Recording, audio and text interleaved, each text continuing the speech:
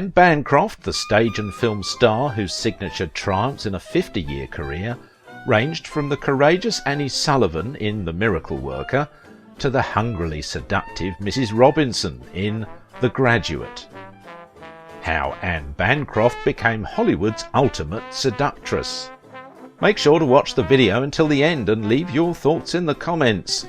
If you are new here, join our wonderful community by subscribing to the Age of Vintage channel.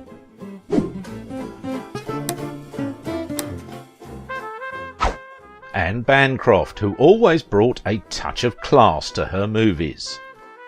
The voracious and vulnerable Anne Bancroft.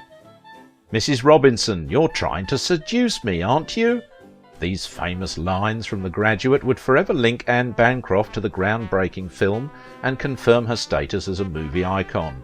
Along with her portrayal of Annie Sullivan in the stage and film drama The Miracle Worker, this role was a highlight of a career that spanned a half-century and brought Bancroft an Oscar, 2 Tonys and 2 Emmy Awards. The best actors always communicate multiple layers with or without the help of the script, and Bancroft's Mrs. Robinson is funny, alluring and aware enough to be awash in self-loathing over her own wretched choices.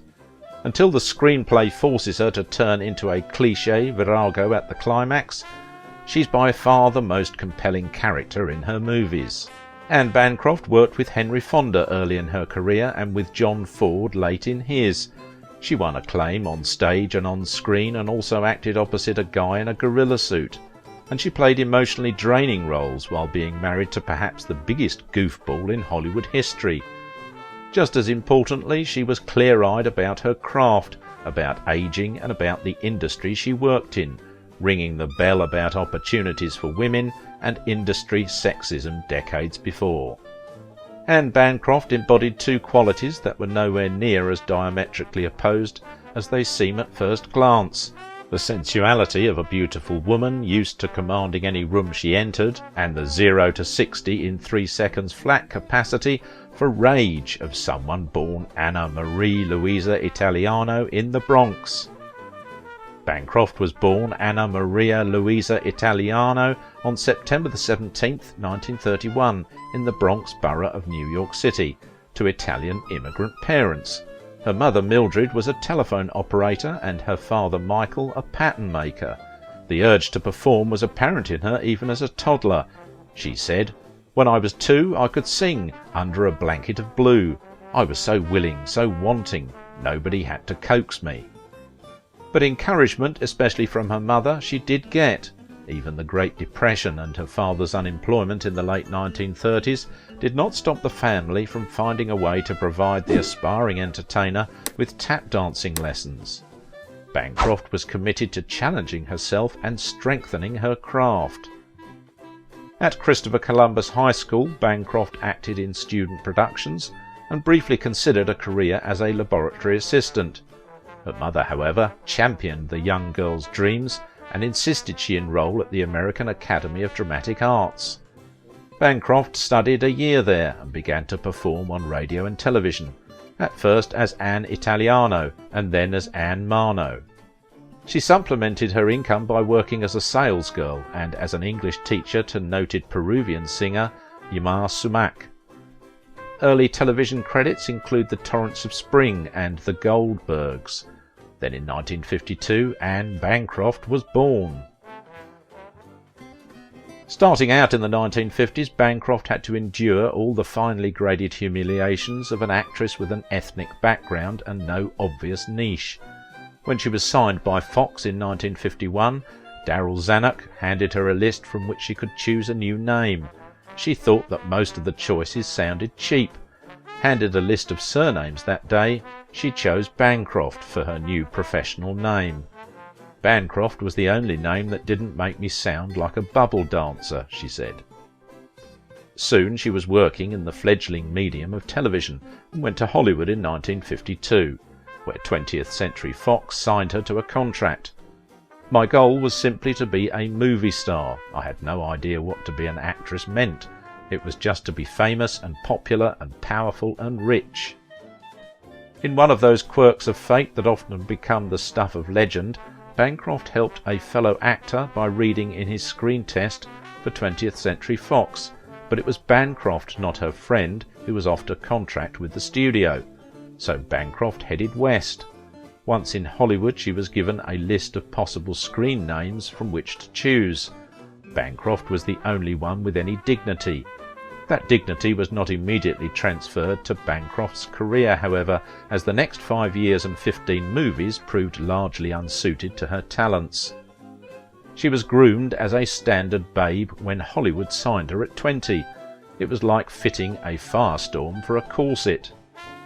Bancroft had a strong start in her film debut, 1952's Don't Bother to Knock, a thriller with Marilyn Monroe. The movie gave Monroe her first big dramatic role and featured Bancroft as a cabaret singer, but hardly made Bancroft a household name. Over the next few years, however, studio executives seemed unsure how to best utilise her talents, and she drifted from film noir capers into B-movies. What was likely the most regrettable role of her career came in 1954's Gorilla at Large, in which she played a trapeze artist who commits murders while wearing an ape suit. Finally, she returned to New York in 1955, living back at home with her family and looking for television work. She also began a more intensive study of her craft under the guidance of Herbert Berghoff, a renowned workshop teacher. A favourable recommendation from a fellow actor helped her land an audition for a new Broadway play, but its playwright and producer were reluctant to even see her because of her lack of stage experience. As the play's author later remembered, Bancroft was a dark, quick, not pretty but vitally attractive girl with a sidewalk voice that greeted me instantly with, "How was the coast lousy, huh?" And my mind blinked. She could have walked off my pages, William Gibson said.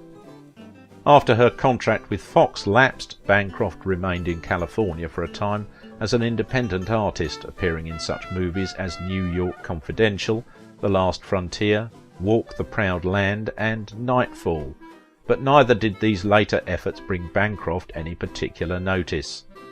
After returning to New York in 1957, Bancroft lived at home and put her life back in order. She studied with a vocal coach, went into therapy, and appeared in such television anthologies as Playhouse 90 and the Lux Video Theatre. At least as important, she began to take acting classes with famed Viennese actor-director Herbert Berghoff. It was the beginning of a whole new approach to acting, a deeper, more fulfilling and more thinking approach. I learned to think a little, to set certain tasks for myself. My work became much more exciting. Her career became much more exciting as well. Bancroft made her Broadway debut in Gibson's Two for the Seesaw, opposite Henry Fonda, in January of 1958. She played a free-spirited bohemian New Yorker opposite Fonda's straight-laced Midwestern lawyer and won a Tony Award for it.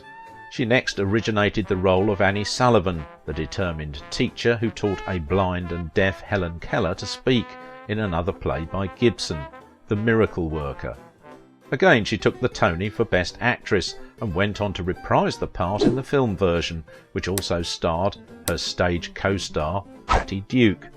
Both women then won Academy Awards for their work. Her lagging career was jump-started. As a newly respectful Hollywood beckoned, Bancroft appeared determined to tackle it on her own terms. Independence, intelligence and a fair amount of non-conformity with the star system seemed to dictate her subsequent career choices. This relative autonomy was likely partially fueled by her marriage to actor-director Mel Brooks in 1964. Many found the match an odd one.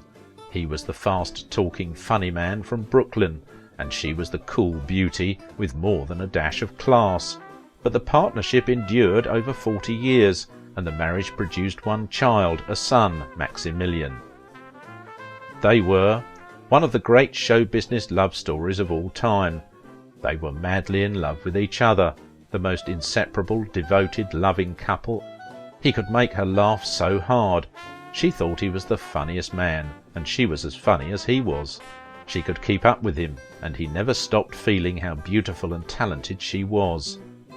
Such a strong relationship, along with having a solid career of her own, was bound to give Bancroft a sense of security and keep her priorities in line. Disillusioned by her stalled career and a failed marriage, Bancroft decided to regroup. Life was a shambles. I was terribly immature. I was going steadily downhill in terms of self-respect and dignity. So Bancroft made the sensible choice of so many before her, and thousands yet to come. She went home.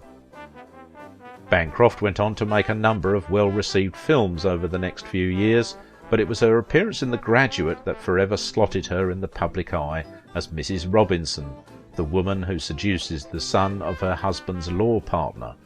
Her target is Benjamin Braddock, played by an unknown Dustin Hoffman, a recent college graduate whose ineptness with the opposite sex provides much of the movie's early humour.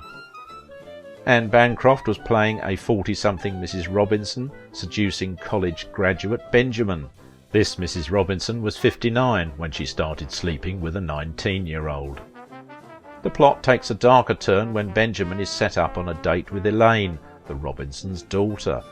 Bancroft's performance, wrote Mark Harris in Entertainment Weekly, proved to be one of those acting moments that is simply a permanent part of the fabric of American movies. With a voice that sounded like a liquor cabinet filtered through a cigarette holder and a stone-cold seduction technique that was all business and half bored to tears, Bancroft turned Mrs. Robinson, the matron who made mincemeat of Dustin Hoffman, into an alluring and fearsome comic creation. The ultra-chic black and white theme he came up with for Mrs. Robinson's living room is visible down to the tiniest details, and that includes the striped awning. In her backyard we see a jungle of banana plants for Mrs. Robinson to admire from under the zebra skin plaid on her black padded leather sofa. Yes, people, this is one mid-century modern interior for you to drink in, preferably scotch or bourbon, from the poodle-shaped decanters on the glossy bar. Mrs. Robinson's boudoir is definitely one for those with discerning tastes. Wall-to-wall white shag pile carpeting, a lilac satin stool under a brass dressing table, and a kinky mirrored headboard as its pièce de résistance. So, ooh la la! And Bancroft, who effortlessly manipulates the freshly graduated Dustin Hoffman into her boudoir, caused quite the scandal. In later years she continued to appear in films, although the roles grew smaller. She was resigned to the fact that age and changing times worked against her. She preferred a good bit part to a heftier bad one. She often rejected work in favour of family life. For a while, "I retire after every project," she once said. "Then somehow there's always something that pulls me out of retirement." To the world she was one of the great stage and screen actors of her generation, with astounding range. Bancroft was a determined actress who left an indelible mark on the film industry, while remaining true to her art. If you liked this video, don't forget to give it a thumbs up, subscribe if you are new here, and if you want to support my work, please visit my Patreon page. Now it is your turn. What do you think about the life and legacy of Anne Bancroft? She always challenged herself during her career and truly made an impact in Hollywood history.